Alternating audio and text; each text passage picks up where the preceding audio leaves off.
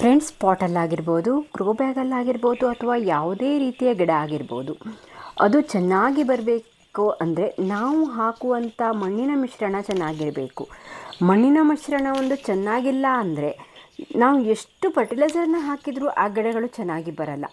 ಈ ರೀತಿ ಚೆನ್ನಾಗಿ ಗಿಡಗಳು ಬರಬೇಕು ಅಂದರೆ ಅದಕ್ಕೆ ಎಲ್ಲ ರೀತಿಯ ಪೋಷಕಾಂಶಗಳು ಸಿಗಬೇಕು ಮತ್ತು ಮಣ್ಣು ಲೂಸ್ ಆಗಿರಬೇಕು. ಆ ರೀತಿಯಾಗಿ ನಾವು ಪಾಟಿಂಗ್ ಮಿಕ್ಸ್ನ ರೆಡಿ ಮಾಡ್ಕೋಬೇಕಾಗತ್ತೆ. ಇವತ್ತಿನ ವಿಡಿಯೋದಲ್ಲಿ ನಾವು ಎಲ್ಲ ಗಿಡಗಳಿಗೂ ಒಂದು ರೀತಿಯ ಪಾಟಿಂಗ್ ಮಿಕ್ಸ್ನ ರೆಡಿ ಮಾಡ್ಕೋಬೋದು. ಅದು ಯಾವುದು ಅಂತ ತೋರಿಸ್ತೀನಿ, ಮತ್ತು ನಾವು ಅದನ್ನು ಎಲ್ಲೆಲ್ಲಿ ಹೇಗೆ ಯೂಸ್ ಮಾಡೋದು ಅಂತಲೂ ಕೂಡ ನಾನು ಹೇಳ್ತೀನಿ. ಮತ್ತು ರಿಪಾಟಿಂಗ್ ಮಾಡಬೇಕಾದ್ರೂ ಕೂಡ ಅದನ್ನು ಬಳಸ್ಬೋದು, ಗಿಡಗಳನ್ನು ನೆಡಬೇಕಾದ್ರೂ ಕೂಡ ಬಳಸ್ಬೋದು, ಮತ್ತು ಯಾವುದಾದ್ರೂ ಕಟಿಂಗ್ ಹಾಕಬೇಕಾದ್ರೂ ಕೂಡ ನಾವು ಅದನ್ನು ಬಳಸ್ಬೋದು. ಆ ರೀತಿ ನನ್ನ ವಿಡಿಯೋನ ನೋಡಿದ್ರೆ ನಿಮಗೆ ಎಲ್ಲ ರೀತಿಯ ಗಾರ್ಡನ್ನಲ್ಲೂ ನಾನು ಕೆಲಸಗಳಲ್ಲೂ ಆ ಪಾಟಿಂಗ್ ಮಿಕ್ಸ್ನ ಬಳಸ್ಕೋತೀನಿ. All in one potting mix ಅಂತ ಅದನ್ನು ನಾನು ಬಳಸ್ಕೋತೀನಿ. ಎಲ್ಲ ವಿಡಿಯೋದಲ್ಲಿ ಹೇಳಿದ್ದೀನಿ. ಒಬ್ಬರು ಕೇಳಿದ್ರು ನನ್ನ ಹತ್ರ ಆ ವಿಡಿಯೋನ ಕಳಿಸಿ ಅಂತ. ಆ ವಿಡಿಯೋ ಸಿಕ್ಕಿಲ್ಲ, ಹಾಗಾಗಿ ಬೇರೆ ವಿಡಿಯೋನೇ ಮಾಡೋಣ ಅಂತ ನಾನು ಮಾಡ್ತಾಯಿದ್ದೀನಿ.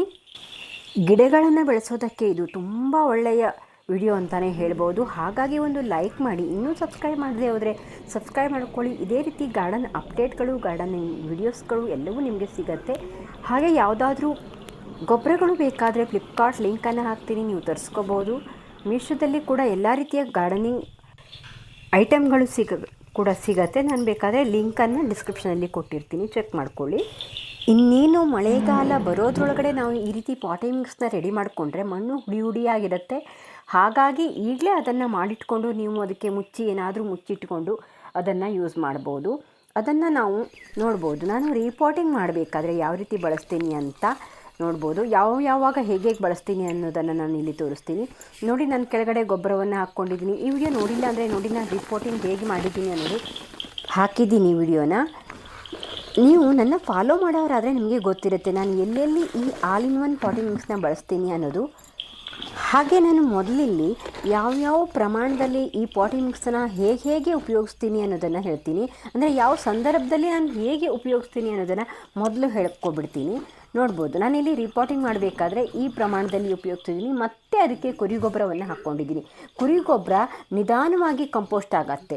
ಈ ದಾಸವಾಳ ಗಿಡ, ಗುಲಾಬಿ ಗಿಡ ಮತ್ತು ಈ ಪರ್ಮನೆಂಟ್ ಪ್ಲ್ಯಾಂಟ್ಗಳಿಗೆ, ಹಣ್ಣು ಮತ್ತು ಹೂವಿನ ಗಿಡಗಳಿಗೆಲ್ಲ, ಪರ್ಮನೆಂಟ್ ಹೂವಿನ ಗಿಡಗಳಿಗೆ ಗೊಬ್ಬರ ಜಾಸ್ತಿ ಬೇಕಾಗತ್ತೆ. ಅಂಥ ಗಿಡಗಳಿಗೆ ನಾನು ಕುರಿ ಗೊಬ್ಬರವನ್ನು ಹೆಚ್ಚು ಸಜೆಸ್ಟ್ ಮಾಡ್ತೀನಿ. ಅದು ನಿಧಾನವಾಗಿ ಗಿಡಗಳಿಗೆ ಪೋಷಕಾಂಶಗಳನ್ನು ಕೊಡುತ್ತೆ. ಹಾಗಾಗಿ ಅದನ್ನು ಬಳಸ್ಕೊಂಡಿದ್ದೀನಿ.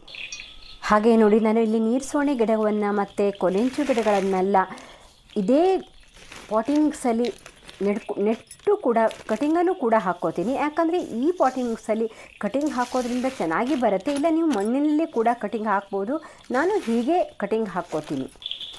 ಯಾಕಂದರೆ ಬರೀ ಮಣ್ಣಲ್ಲಿ ನಾವು ಕಟಿಂಗನ್ನು ಹಾಕೋದ್ರಿಂದ ಅಂದರೆ ಅದನ್ನು ಬೇಗ ನಾವು ರಿಪೋರ್ಟಿಂಗ್ ಮಾಡಬೇಕಾಗತ್ತೆ. ಈ ರೀತಿ ಪಾಟಿಂಗ್ ಮಿಕ್ಸಲ್ಲೇ ನಾವು ಈ ಕಟಿಂಗನ್ನು ಹಾಕೋದ್ರಿಂದ ನಾವು ಸ್ವಲ್ಪ ಲೇಟಾದರೂ ಪರವಾಗಿಲ್ಲ.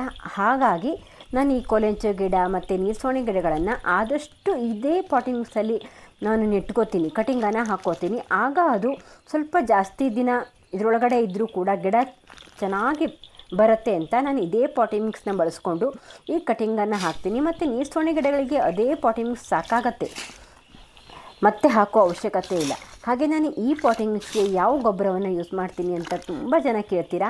ನೋಡ್ಬೋದು, ಇಲ್ಲಿ ನಾನು ಸಗಣಿಯಿಂದ ಮಾಡಿರುವಂಥ ಗೊಬ್ಬರ, ಎಲೆಗಳು ಮತ್ತು ಸಗಣಿಯನ್ನು ಸ್ಟೋರ್ ಮಾಡಿಟ್ಕೊಂಡು ಆ ಗೊಬ್ಬರವನ್ನೇ ಹೆಚ್ಚಾಗಿ ಉಪಯೋಗಿಸ್ತೀನಿ. ಇದು 6 ತಿಂಗಳ ನಂತರ ಈ ಗೊಬ್ಬರವನ್ನು ನಾನು ಯೂಸ್ ಮಾಡಲಿಕ್ಕೆ ಯೋಗ್ಯವಾಗಿರುತ್ತೆ. ಇದರ ವಿಡಿಯೋ ಕೂಡ ಇದೆ, ನಿಮ್ಗೆ ಬೇಕಾದರೆ ನೋಡ್ಕೋಬೋದು.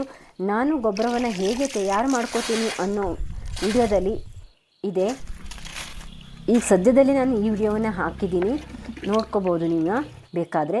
ಇದೇ ಗೊಬ್ಬರವನ್ನು 6 ತಿಂಗಳ ನಂತರ ನಾನು ಇದಕ್ಕೆ ಉಪಯೋಗಿಸ್ಕೋತೀನಿ. ಹಾಗೆ ನೋಡ್ಬೋದು, ನಾನಿಲ್ಲಿ ಒಂದು 10 ಬುಟ್ಟಿ ಆಗುವಷ್ಟು ಮಣ್ಣನ್ನು ತೊಗೊಂಡಿದ್ದೀನಿ. ಹುಡಿಯಾಗಿರುವಂಥ ಮಣ್ಣಾದರೆ ತುಂಬ ಚೆನ್ನಾಗಿರುತ್ತೆ. ಆದಷ್ಟು ನಾನಿಲ್ಲಿ ಕಾನ್ ಮಣ್ಣು ತಗೋತೀನಿ, ಇಲ್ಲ ಸುಡಿ ಮಣ್ಣು ಕೂಡ ತಗೋಬೋದು. ಹಾಗೆ 10 ಬುಟ್ಟಿ ಮಣ್ಣನ್ನು ತೊಗೊಂಡ್ರೆ ನಾವಿಲ್ಲಿ ಒಂದು 8ರಿಂದ 10 ಬುಟ್ಟಿ ಗೊಬ್ಬರವನ್ನೇ ತಗೋತೀನಿ. ಅದು ಎಲೆಗಳು ಮತ್ತು ಸಗಣಿಯಿಂದ ಮಾಡಿರುವಂಥ ಗೊಬ್ಬರ ಅಂತ ಹೇಳಿದ್ನಲ್ಲ, ಅದೇ ಗೊಬ್ಬರವನ್ನು ಬಳಸ್ಕೊಂಡು ನಾನು ಇಲ್ಲಿ ಪಾಟಿಂಗ್ ಮಿಕ್ಸ್ನ ಮಾಡ್ತೀನಿ. ಹಾಗೆ ನಾನು ಇಲ್ಲಿ ಒಂದು 3ರಿಂದ 4 ಬುಟ್ಟಿ ಆಗುವಷ್ಟು ಭತ್ತದ ಹೊಟ್ಟನ್ನು ಕೂಡ ಇದಕ್ಕೆ ಯೂಸ್ ಮಾಡ್ಕೋತೀನಿ. ಭತ್ತದ ಹೊಟ್ಟನ್ನು ಹಾಕೋದ್ರಿಂದ ಮತ್ತೆ ಇದಕ್ಕೆ ಅದು ಕಂಪೋಸ್ಟ್ ಆಗತ್ತೆ. ಹಾಗಾಗಿ ಅದು ತುಂಬ ಫಲವತ್ತಾದ ಮಣ್ಣಾಗತ್ತೆ. ಭತ್ತದ ಹೊಟ್ಟನ್ನು ಹಾಕೋದ್ರಿಂದ ಮಣ್ಣು ಲೂಸ್ ಆಗತ್ತೆ. ಈ ಎಲೆಗಳು ಕೂಡ ಮಣ್ಣನ್ನು ಲೂಸ್ ಮಾಡುತ್ತೆ. ಎಲೆಗಳು ಮತ್ತೊಂದಷ್ಟು ಅಲ್ಲಿ ಪೋಷಕಾಂಶಗಳನ್ನು ಬಿಟ್ಟುಕೊಡುತ್ತೆ ಮತ್ತು ಲೂಸ್ ಆಗಿರುತ್ತೆ. ನಾವು ಈ ಎಲೆಗಳಿಂದ ಮಾಡಿರುವಂಥ ಗೊಬ್ಬರವನ್ನು ಹಾಕಿದಾಗ ಮಣ್ಣು ಲೂಸ್ ಆಗಿರುತ್ತೆ. ತುಂಬ ಚೆನ್ನಾಗಿ ಅದು ಬೇರುಗಳು ಇಳಿದು ಹೋಗಲಿಕ್ಕೆ ಅದು ಸಹಾಯ ಆಗತ್ತೆ. ನಿಮಗೆ ಈ ಭತ್ತದ ಹೊಟ್ಟು ಕೂಡ ನಿಮಗೆ ಆನ್ಲೈನಲ್ಲಿ ಸಿಗುತ್ತೆ. ನಾನು ಲಿಂಕನ್ನು ಬೇಕಾದರೆ ಹಾಕ್ತೀನಿ, ತಂದ್ಕೊಳ್ಳಿ. ವುಡ್ ಆ್ಯಶು ಎಲ್ಲದೂ ಸಿಗುತ್ತೆ, ಅಂದರೆ ಕಟ್ಟಿಗೆಯಿಂದ ಮಾಡಿರುವಂಥ ಬೂದಿ. ಹಾಗೆ ನಾನು ಇದಕ್ಕೆ 1 ಟಬ್ಬಾಗುವಷ್ಟು ಕಟ್ಟಿಗೆಯಿಂದ ಮಾಡಿರುವಂಥ ಬೂದಿನ ಹಾಕ್ಕೋತೀನಿ. ಅಂದರೆ ಇಲ್ಲಿ 10ಕ್ಕೆ 1 ಪ್ರಮಾಣದಲ್ಲಿ ಹಾಕ್ತೀನಿ. ತುಂಬ ಹಾಕಿದರೆ ಅದು ಉಪ್ಪಿನಂಶ ಇರುತ್ತೆ, ಹಾಗಾಗಿ ಗಿಡಗಳು ಕಟಿಂಗ್ ಹಾಕೋಕ್ಕೆ ಬರಲ್ಲ, ರಿಪೋರ್ಟಿಂಗ್ ಮಾಡ್ಬೋದು. ಮತ್ತು ಇದು ಕ್ಯಾಲ್ಸಿಯಂ, ನೈಟ್ರೋಜನ್ ಹೆಚ್ಚಾಗಿರುತ್ತೆ ಆ ಕಟ್ಟಿಗೆಯಿಂದ ಮಾಡಿರುವಂಥ ಬೂದಿಗೆ. ಹಾಗಾಗಿ ಆ ಬೂದಿಯನ್ನು ಕೂಡ ಹಾಕ್ಕೋತೀನಿ. ನಾನಿಲ್ಲಿ ಕಹಿಬೇವಿನ ಹಿಂಡಿ, ಎಪ್ಸಮ್ ಸಾಲ್ಟು ಯಾವುದನ್ನು ಹಾಕಲ್ಲ, ಯಾಕಂದರೆ ಇದನ್ನು ನಾನು ಕಟಿಂಗ್ ಹಾಕೋಕ್ಕೂ ಕೂಡ ಬಳಸ್ಕೋತೀನಿ. ಹಾಗಾಗಿ ನೀವು ಆಮೇಲೆ ರಿಪೋರ್ಟಿಂಗ್ ಮಾಡಬೇಕಾದ್ರೆ ಅದಕ್ಕೆ ಕಹಿಬೇವಿನ ಹಿಂಡಿ ಮತ್ತು ಎಪ್ಸಮ್ ಸಾಲ್ಟನ್ನೆಲ್ಲ ಹಾಕ್ಕೊಂಡು ಬಳಸ್ಬೋದು.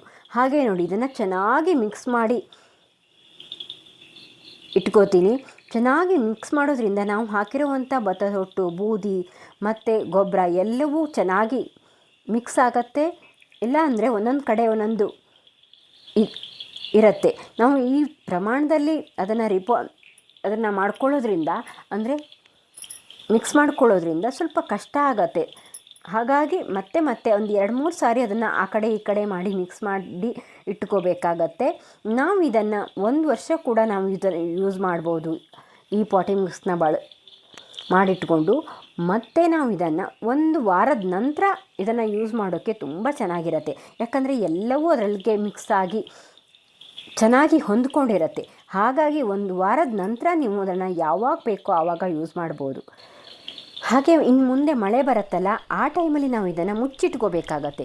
ಮುಚ್ಚಿಟ್ಟಿಲ್ಲ ಅಂದರೆ ನೀರು ತಾಗಿ ಮತ್ತೆ ಒದ್ದೆ ಆಗಿಬಿಡತ್ತೆ. ನಮಗೆ ಗಿಡಗಳನ್ನು ನೆಡೋಕ್ಕೆ, ರಿಪೋರ್ಟಿಂಗ್ ಮಾಡೋಕ್ಕೆ ಎಲ್ಲ ತುಂಬ ಕಷ್ಟ ಆಗಿಬಿಡತ್ತೆ. ಹಾಗಾಗಿ ಅದನ್ನು ಮುಚ್ಚಿಟ್ಕೋತೀನಿ. ಪ್ಲಾಸ್ಟಿಕ್ಕಿಂದ ಮುಚ್ಚಿಡೋದ್ರಿಂದ ಅದು ಒದ್ದೆ ಆಗಲ್ಲ, ಹುಡಿ ಆಗಿರುತ್ತೆ. ಅದನ್ನು ನೀವು ಬಳಸ್ಕೊಳ್ಳೋಕ್ಕೆ ಚೆನ್ನಾಗಿರುತ್ತೆ. ಹಾಗೆ ಈ ಪಾಟಿಂಗ್ ಮಿಕ್ಸನ್ನು ನಾವು ಎಲ್ಲ ರೀತಿಯ ಹೂವಿನ ಗಿಡ, ತರಕಾರಿ ಗಿಡ, ಹಣ್ಣಿನ ಗಿಡ ಎಲ್ಲದಕ್ಕೂ ನಾವು ಯೂಸ್ ಮಾಡ್ಬೋದು. ಮತ್ತು ನೀವು ಸಸಿಗಳನ್ನು ಹಾಕಬೇಕು ಅಂದರೂ ಕೂಡ ನೀವು ಅದನ್ನು ಹಾಕ್ಬೋದು. ಇದಕ್ಕೆ ಸ್ವಲ್ಪ ಕೋಕೋಪಿಟನ್ನು ಹಾಕಿ ನೀವು ಬೀಜವನ್ನು ಹಾಕ್ಕೊಂಡ್ರೆ ಬೇಗ ಸಸಿ ಬರುತ್ತೆ. ಅದಕ್ಕೆ ನೀರಿನಂಶ ಜಾಸ್ತಿ ಬೇಕಾಗತ್ತೆ. ಹಾಗಾಗಿ ಆ ಸಸಿಗಳನ್ನು ಹಾಕಬೇಕಾದ್ರೆ ಸ್ವಲ್ಪ ಕೋಕೋಪಿಟನ್ನು ಯೂಸ್ ಮಾಡ್ಕೊಳ್ಳಿ, ಮಿಶ್ರಣ ಮಾಡ್ಕೊಳ್ಳಿ. ಮತ್ತು ನಾವು ರಿಪೋರ್ಟಿಂಗ್ ಮಾಡಬೇಕಾದ್ರೆ ಇದಕ್ಕೆ ಮತ್ತಷ್ಟು ಗೊಬ್ಬರವನ್ನು ಯೂಸ್ ಮಾಡಿಕೊಂಡು ಕೂಡ ಹಾಕ್ಬೋದು. ಮತ್ತು ಉಳಿದಂತೆ ಇದೇ ಪಾಟಿಂಗ್ ಮಿಕ್ಸ್ನ ನೀವು ಎಲ್ಲ ರೀತಿಯ ಗಿಡಗಳಿಗೂ ಕೂಡ ಯೂಸ್ ಮಾಡ್ಬೋದು. ಇಂಡೋರ್ ಪ್ಲ್ಯಾಂಟಿಗೂ ಕೂಡ ನೀವು ಈ ಪಾಟಿಂಗ್ ಮಿಕ್ಸ್ನ ಯೂಸ್ ಮಾಡ್ಬೋದು.